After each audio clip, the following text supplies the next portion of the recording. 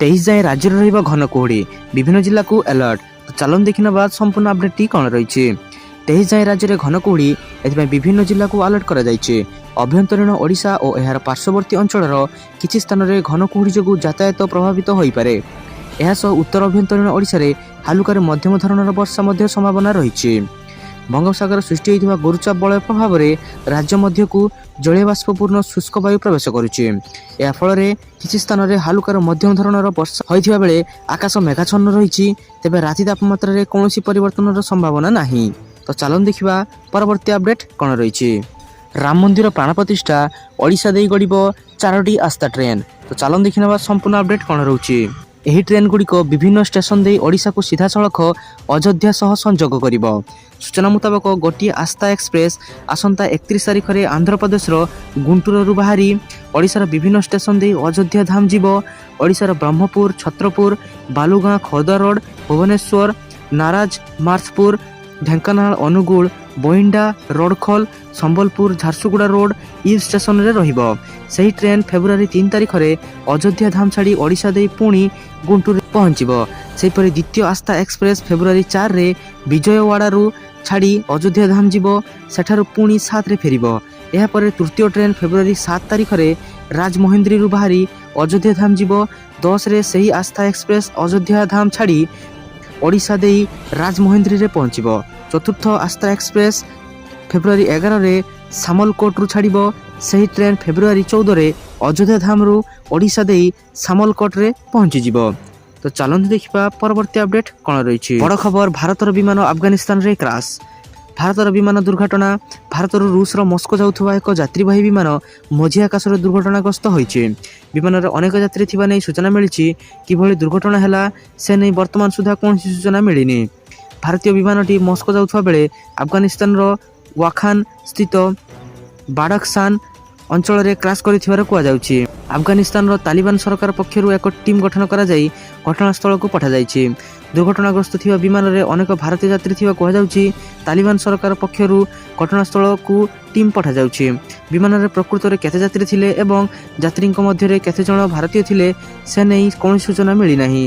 विमान रे स्थिति एबे किभली रहिछि से नै मध्य कोनोसी सूचना मिली नाही। तो चलो देखिया परवर्ती अपडेट कौन रही। पीएम आवास योजना मागणार पांतु घर, जानतु केमिति करिवे आवेदन। तो चलन देखिनबा संपूर्ण अपडेट टी कौन रही। प्रधानमंत्री नरेंद्र मोदी नेतृत्व में केंद्र सरकार 25 जून 2015 रे प्रधानमंत्री आवास योजना आरंभ करथिले। एही योजना अधीन रे जेउ मानकर घर नाही सेमाने घर निर्माण किंबा किनिबा पई लाभ पाई परिबे। तो चलन देखिनबा एथि पई कोन सब योग्यता रहिछि।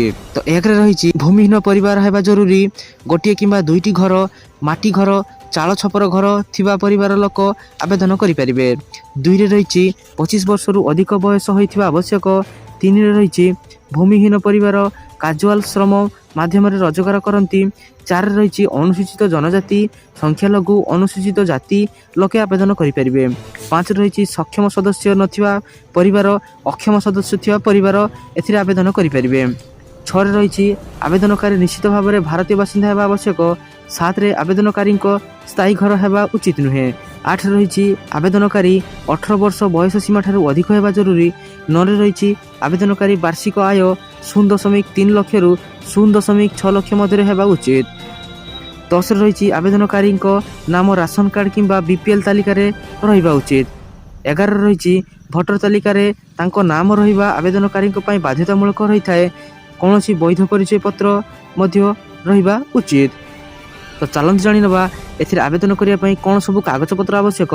1 रहिछि आधार कार्ड किंबा आधार नंबर रहितबा आवश्यक। 2 रे रहिछि आपनकर फोटो।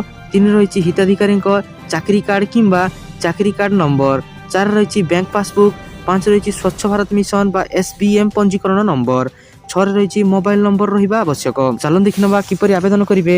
जदि आपण घरे प्रधानमंत्री आवास योजना ग्रामीण पई ऑनलाइन आवेदन करबा को सक्षम नुहंती तेबे आपण कोनोसी पंचायत किंबा मौ सेवा केंद्र को जाई परिवे किंबा उपरोक्त समस्त कागज पत्र सहित ब्लॉक किंबा पंचायत रो सरपंचक द्वारा आवेदन मध्य कराई परिवे। आपण हाउसिंग स्कीम असिस्टेंट को जाई मध्य ऑनलाइन आवेदन करि परिवे। तो चलन देखिया परवर्ती अपडेट कोन रहिछि। ছুটি দিନରେ খুশি খবর কমিলা পেট্ରୋଲ ডিজেল দর। তো ଚାଲନ୍ତୁ ଦେଖିନେବା ସମ୍ପୂର୍ଣ୍ଣ ଅପଡେଟ୍ କ'ଣ ରହିଛି। ଦେଶରେ ପେଟ୍ରୋଲ ଓ ଡିଜେଲର ନୂଆ ମୂଲ୍ୟ ଜାରି କରାଯାଇଛି। ପ୍ରମୁଖ ସହର ଗୁଡ଼ିକରେ ପେଟ୍ରୋଲ ଓ ଡିଜେଲ ମୂଲ୍ୟରେ ପରିବର୍ତ୍ତନ ହୋଇଛି। କିଛି ସହରରେ ଦାମ ଅପରିବର୍ତ୍ତିତ ମଧ୍ୟ ରହିଛି। ଭୁବନେଶ୍ୱରରେ ପେଟ୍ରୋଲ ଓ ଡିଜେଲ ଦାମ ହ୍ରାସ ପାଇଛି। ରବିବାର ପେଟ୍ରୋଲ ମୂଲ୍ୟ ଲିଟର ପ୍ରତି 103 ଟଙ୍କା 11 ପଇସା ରହିଥିବା ବେଳେ ଡିଜେଲ 94 ଟଙ୍କା 68 ପଇସା ରହିଛି। ଜାନୁଆରୀ 20 ଅର୍ଥାତ୍ ଶନିବାର ଭୁବନେଶ୍ୱରରେ ପେଟ୍ରୋଲ ଓ ଡିଜେଲ ଦର ସାମାନ୍ୟ ବୃଦ୍ଧି ପାଇଥିଲା। ପେଟ୍ରୋଲ 103 ଟଙ୍କା 18 ପଇସା ଏବଂ ଡିଜେଲ ମୂଲ୍ୟ 94 ଟଙ୍କା 75 ପଇସା ଥିଲା। ରାଜଧାନୀ ଦିଲ୍ଲୀରେ ପେଟ୍ରୋଲ ମୂଲ୍ୟ ଲିଟର ପ୍ରତି 96 ଟଙ୍କା 72 ପଇସା ରହିଥିବା ବେଳେ ଡିଜେଲ ମୂଲ୍ୟ 99 ଟଙ୍କା 62 ପଇସା ରହିଛି। ଅନ୍ୟ ସହରଗୁଡ଼ିକରେ ପ୍ରାୟତଃ ଦାମରେ କୌଣସି ପରିବର୍ତ୍ତନ ହୋଇନାହିଁ। ମୁମ୍ବାଇରେ ପେଟ୍ରୋଲ 106 ଟଙ୍କା 31 ପଇସା ରହିଥିବା ବେଳେ ଡିଜେଲ ମୂଲ୍ୟ ରହିଛି 94 ଟଙ୍କା 27 ପଇସା। ପ୍ରତ୍ୟେକ ଦିନ ସକାଳ 6ଟାରେ ପେଟ୍ରୋଲ ଏବଂ ଡିଜେଲ ଦାମରେ ପରିବର୍ତ୍ତନ ହୋଇଥାଏ। ପେଟ୍ରୋଲ ଏବଂ ଡିଜେଲ ମୂଲ୍ୟରେ ଏକ୍ସାଇଜ୍ ଡ୍ୟୁଟି, ଡିଲର କମିଶନ ଏବଂ ଅନ୍ୟାନ୍ୟ ଜିନିଷ ଯୋଡ଼ିବା ପରେ ଏହାର ମୂଲ୍ୟ ପ୍ରାୟ 2 ଗୁଣିତ ହୁଏ। ତ ଚାଲନ୍ତୁ ଦେଖିବା ପରବର୍ତ୍ତୀ ଅପଡେଟ୍ କ'ଣ ରହିଛି। ଜାନୁଆରୀ 22ରେ ମିଳିବ ମାଗଣା ଚା, ଜଳଖିଆ ଏବଂ ସିଙ୍ଗଡ଼ା। ଅଯୋଧ୍ୟାରେ ରାମଲାଲାଙ୍କ ପ୍ରାଣ ପ୍ରତିଷ୍ଠା ପୂର୍ବରୁ ସମସ୍ତ ଦେଶରେ ରାମମୟ ହୋଇଯାଇଛି। ରାମଙ୍କ ନାମ ସବୁଠାରେ ପ୍ରତିଧ୍ୱନିତ ହୋଇଛି ଏବଂ ଲୋକମାନେ ଜାନୁଆରୀ 22 ପ୍ରସ୍ତୁତିରେ ବ୍ୟସ୍ତ ଅଛନ୍ତି। ଜାନୁଆରୀ 22ରେ ଅର୍ଥାତ୍ ଆଜି ଅଯୋଧ୍ୟାରେ ଏକ ବିଶାଳ ପ୍ରତିଷ୍ଠା କାର୍ଯ୍ୟକ୍ରମ ଅନୁଷ୍ଠିତ ହେବ। ଏଥିରେ ପ୍ରଧାନମନ୍ତ୍ରୀ ନରେନ୍ଦ୍ର ମୋଦି ମୁଖ୍ୟ ଅତିଥି ଭାବେ ଯୋଗ ଦେଇ ଭାରତର ଦେଶ ବିଦେଶରୁ ହଜାର ହଜାର ଲୋକ ମଧ୍ୟ ଏଠାରେ ପହଞ୍ଚିବେ। ପ୍ରାଣ ପ୍ରତିଷ୍ଠାକୁ ନେଇ ଦେଶର ଲୋକମାନେ ବହୁତ ଉତ୍ସାହିତ ଅଛନ୍ତି। ଏହି ସମୟରେ ଏକ ଷ୍ଟ୍ରିଟ୍ ଫୁଡ୍ ଷ୍ଟଲ୍ ମାଲିକ ଏକ ଭିଡ଼ିଓ ଭାଇରାଲ ହେବାରେ ଲାଗିଛି।